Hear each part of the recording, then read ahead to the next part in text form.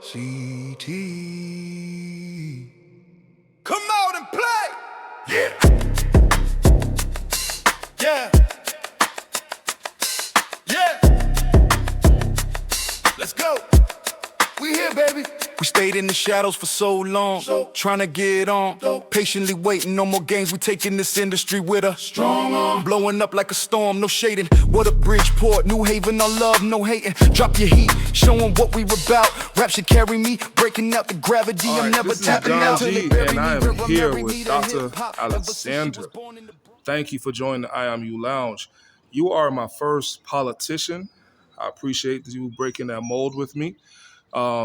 So we're going to get into a few interesting topics that Dr. Alexander would like to bring to light and what he stands for, the man that he is. And we had some off-camera conversations that brought to light to me that I was like, yo, if I'm in this man's district, he got my vote.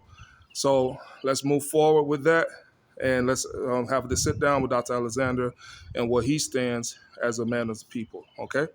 So, Doc, you brought up a very important issue about the school system in DeKalb County and how they want to close down over 30 schools within the next 3 years. And why do you feel that is an important issue for you right now, moving forward? You know, it's a terrible thing to see your community. And when you close schools, you actually start to decay the community itself. You lose that energy that's there. You know, if you think about when you grew up as a kid, your neighborhood meant so much to you. And even as an adult, you know, as you talk to other people that come from your neighborhood, you go to other neighborhoods, and you look at how each of you grew up, you have a sense of pride about where you came from. And it doesn't matter whether you came from the north or the south. When you start to destroy the schools, you now take the kids out of that neighborhood, you bust them to other areas, and they no longer have a sense of community. They have a sense of someone else's community. And not always do those communities embrace them. I'll give you an example. One of my children actually went out of the district to another school. And I'm not going to bash that district, but what happened was they were actually placed in the basement of the school. And they had different teachers than were in that school district. And so what kind of experience do you think my children were getting? I finally had to take them back out of that area, because not only were they being bussed out of their community, but they weren't getting the same education, even though they were going somewhere else that was supposed to be a better school district. So what I'm for is strengthening the school districts themselves. Now, a big part of why they say that we are closing the schools is that there's not enough students. There's not enough families that have children within the community. And so I can sympathize with that. But maybe the answer is, if we have to do it immediately, temporary closure. And then let's figure out, how do we get these families to come back? How do we get families that have children to come back to DeKalb and to Gwinnett, to make sure that they feel like this is a place where I want to raise my kids? Because when schools close, also, you lose the financial stability of a community. Your housing prices go down. So can I ask you this? With the current housing situation, everything is sky high, especially within your district. Do you think that plays an important part of the lack of families that's staying in the district because of affordability? And how can you affect that situation as well?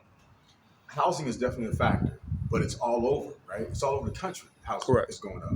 So having jobs that within your community is really important. When you see gas prices going up the way they are, and if you're only making $45,000 a year, and you have to commute from Stone Mountain all the way over to Smyrna, you're going to spend most of your money just in gas getting back and forth. You're not going to be able to stay over there. So you're going to have to move closer to that job.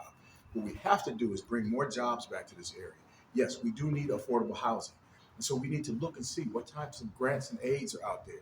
We need our politicians to come together and not work separately, so that we can strengthen DeKalb County and make it a place that people want to raise their kids. And we need to make sure the jobs are here for them to support the growth of their family. Now, I want to touch one more. I'm Dr. Alexander, and I'm bringing a prescription of change to the house. All right. On the homeowner side, you spoke on the homeowner side. What about the rental side? Because those families are also affected by the school closings and with the lack of affordability for the rental market as well. So how do you feel about that? Well, let's be real. Before I got my home, I rented. I even rented some of the houses that were in Lithonia. So, I was very fortunate to be able to buy a house. But with the prices now, I wouldn't even be able to rent a apartment in this area.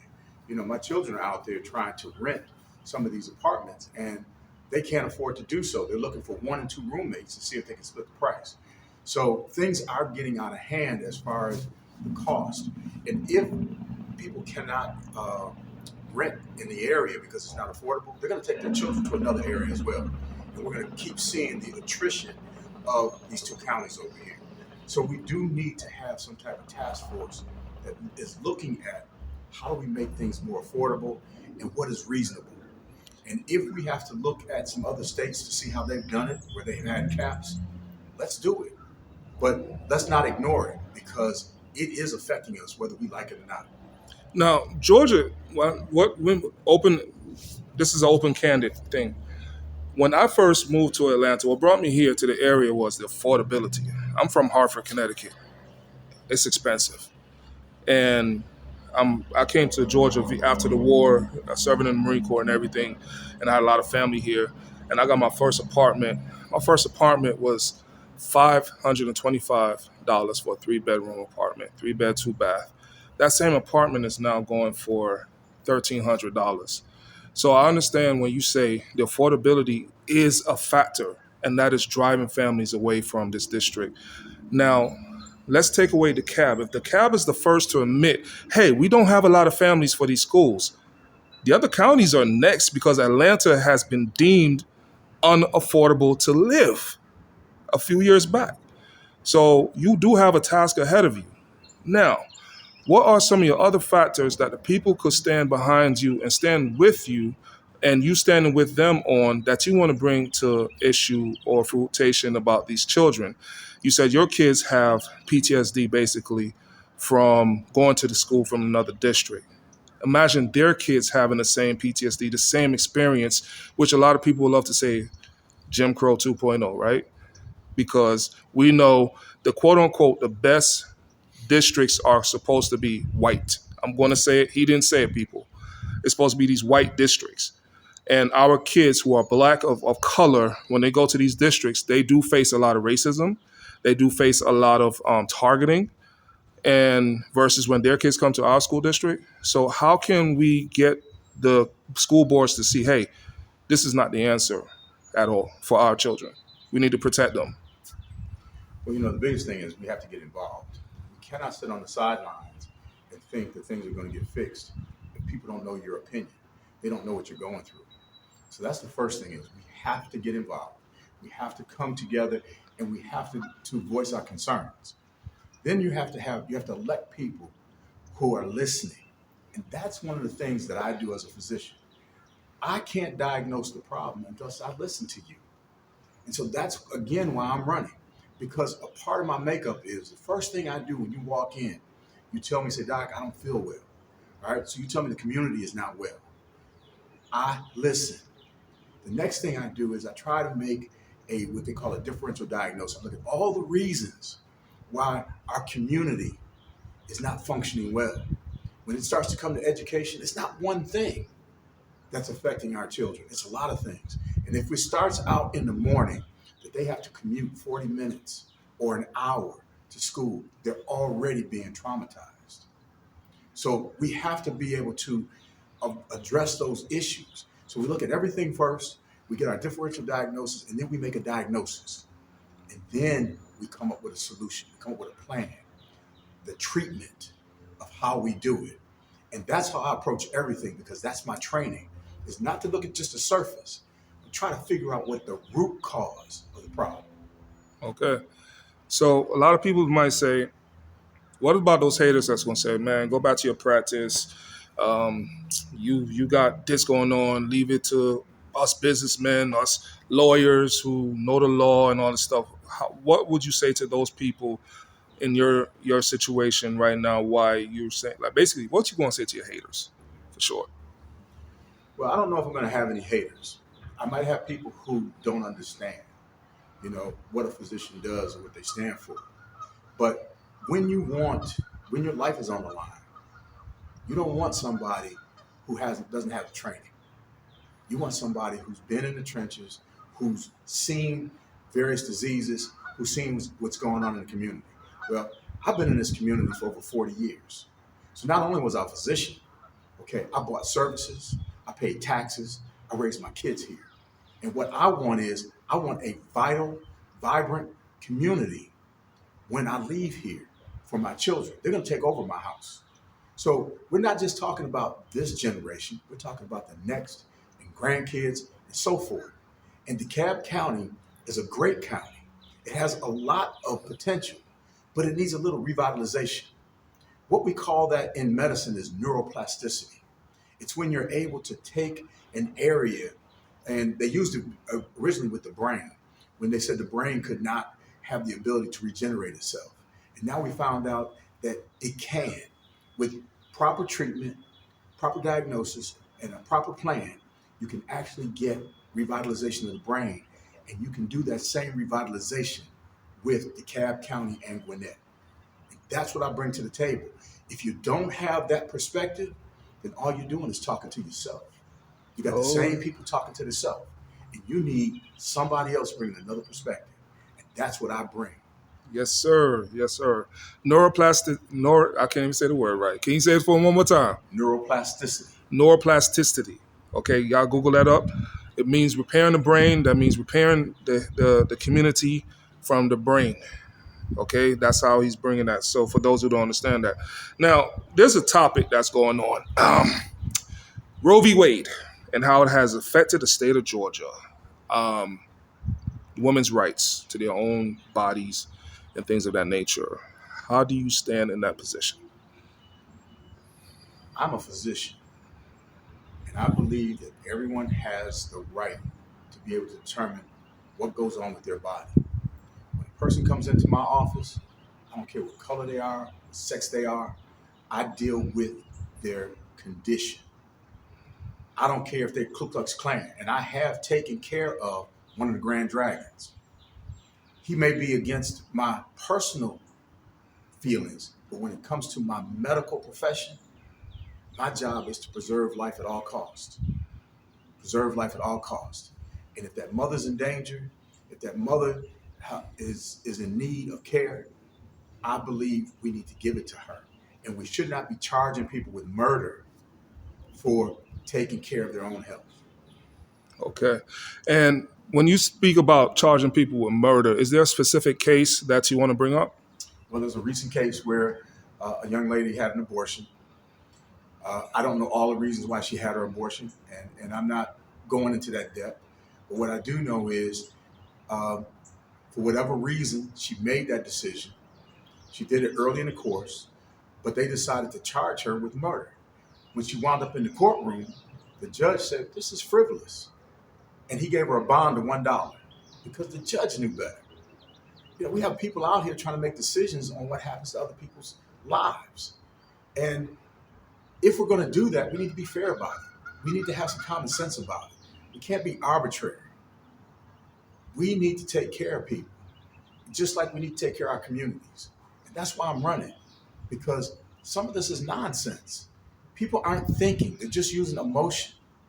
And we have to have better thought. We need to have somebody who's looking through the data of what is affecting our community and the people who live here. That's what I'm doing. That's why I'm running.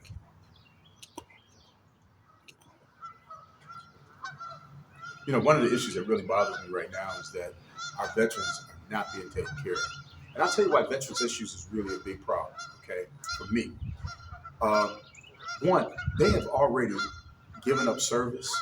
And a lot of these kids, and I've seen them firsthand, you bring them in at like 17, 18 years of age. They put them on this new equipment and this new technology that makes them think that they're just dealing with targets, okay? It looks like a video game that they're playing. And then they send them over to some foreign land, and they tell these people that the people that they're going after is just targets. And they look through these scopes and they see this video game-like activity in the scope, and they pull the trigger. And then they walk over and they see it's a 12-year-old, or they see it's a mother, or they see it's a young man the same age as them, who is now, if he's not dead, he's missing a limb or something. And they see their buddy next to them also, get traumatized by a bullet or an IED. When they come home, they don't have the services to help them to get back into society and to be productive. They're still seeing the sights and hearing the sounds of being there as if it happened. And here's what's worse. There was information that was suppressed by pharmaceutical companies that dealt with antidepressants and anxiolytic medications, the ones that you use for anxiety. And what we found was that this information was not only suppressed, but it was pushed so far underneath that people didn't know what the truth was. The truth is that mild to moderate depression and anxiety should never be treated with these medications that we have here now. That it keeps people locked into their trauma. So here we are telling them to go to counseling, and these medications won't allow them to be able to open up their spirit, their mind, to accept what the counseling is offering. And so every time they hear a loud noise, they're back in that traumatic state. Every time they see someone hurt, they get flashbacks to those situations. They can't sleep at night.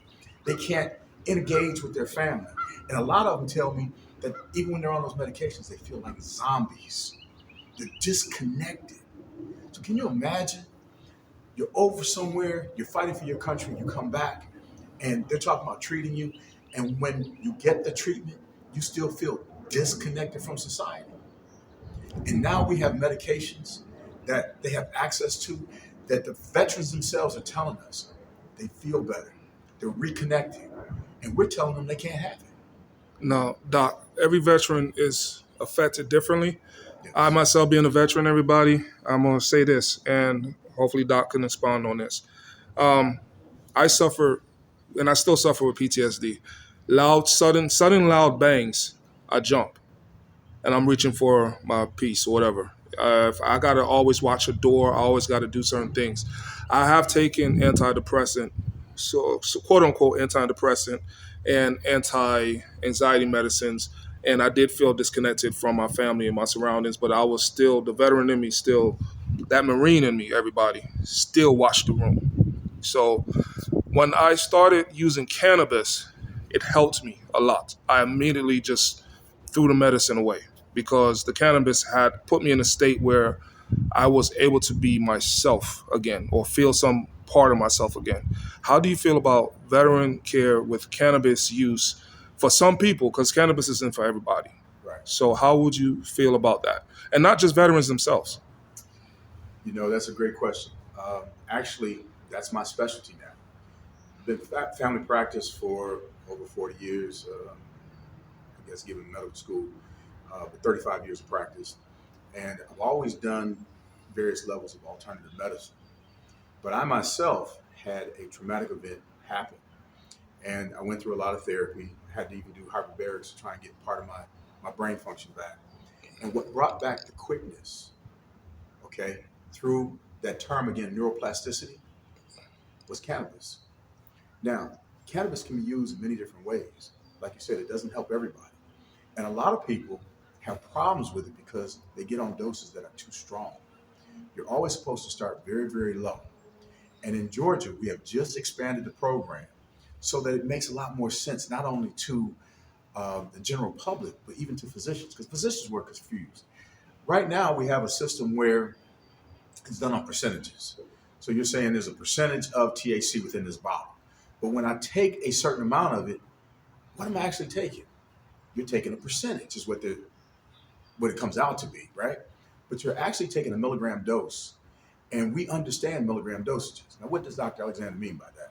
What I mean is this. If I send you to the store to get Tylenol, I'll tell you get 500 milligrams. And I'll tell you take either one or two of those. If you take two, you're taking 1,000 milligrams. we know exactly what you're taking. If I tell you to go take a percentage, how many milligrams is that? We can't talk the same language when we're talking about treating you. Now, when it comes to cannabis, most people only need about 2.5 to 10 milligrams. We call that microdosing to begin to affect their condition. You can't do that with percentage. You can do it with milligram doses. So now we all understand. And we're able to treat more effectively.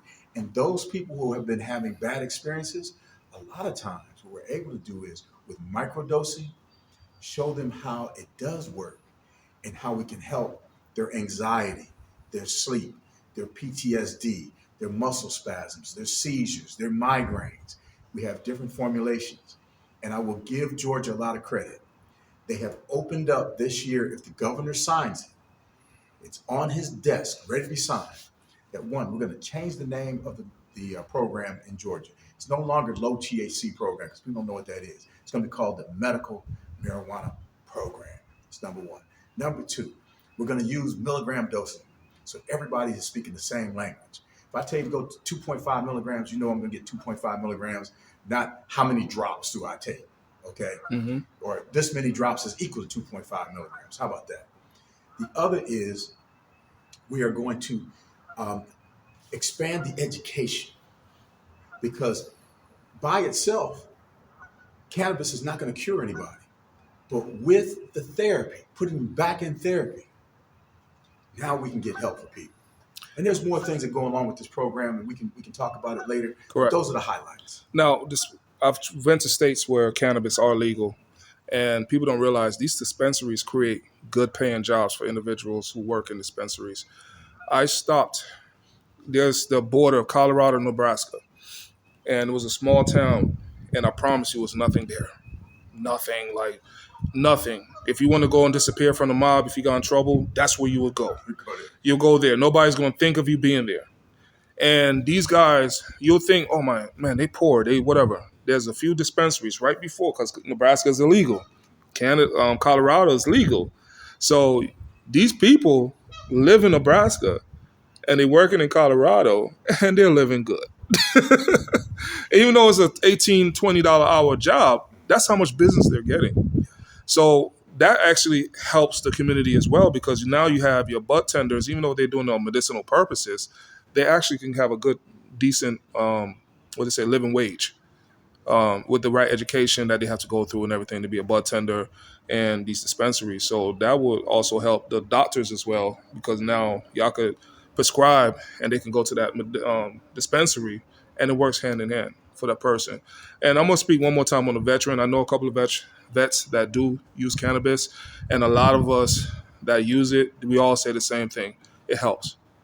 It helps. Now, what I learned on I guess you want to say self-therapy of it, I had to stop drinking for it to really help me a lot better because alcohol is a downer, and they try to say cannabis is a downer, which is really not. It levels you, and it gives you more of a euphoria than alcohol does, right? So how would you address somebody who might be suffering with alcoholism, who might want to switch to cannabis? How would you address them in that situation as a physician? So we are using cannabis for various types of addiction. Alcohol addiction is not one of the it's not high on the list as far as being able to transfer because alcohol affects you in a different way. Alcohol is very destructive to the body. Whereas cannabis, actually, in a lot of ways, is one of the repair things we use. Mm-hmm. We actually have a system in our body called the endocannabinoid system, where our body already produces chemicals that are very similar to what's in the plant. And so that's why it works so effectively. Alcohol, on the other hand, we don't have a system. We don't have an alcohol system that it mimics. You know, we have chemicals that can mimic that. So when you drink alcohol, it will give an effect on the body, but it more so than being just a downer, it affects your mind in a way that you can actually lose your ability to think clearly. With cannabis, we're not finding the same thing, at least at medical doses. Yes. Okay. We're finding out that here's the thing. The endocannabinoid system, what it's supposed to do is balance your action system, your fight or flight system. And what happens to a lot of veterans who have PTSD is that their system is over revved up. And the endocannabinoid system is supposed to bring them back in line. It is,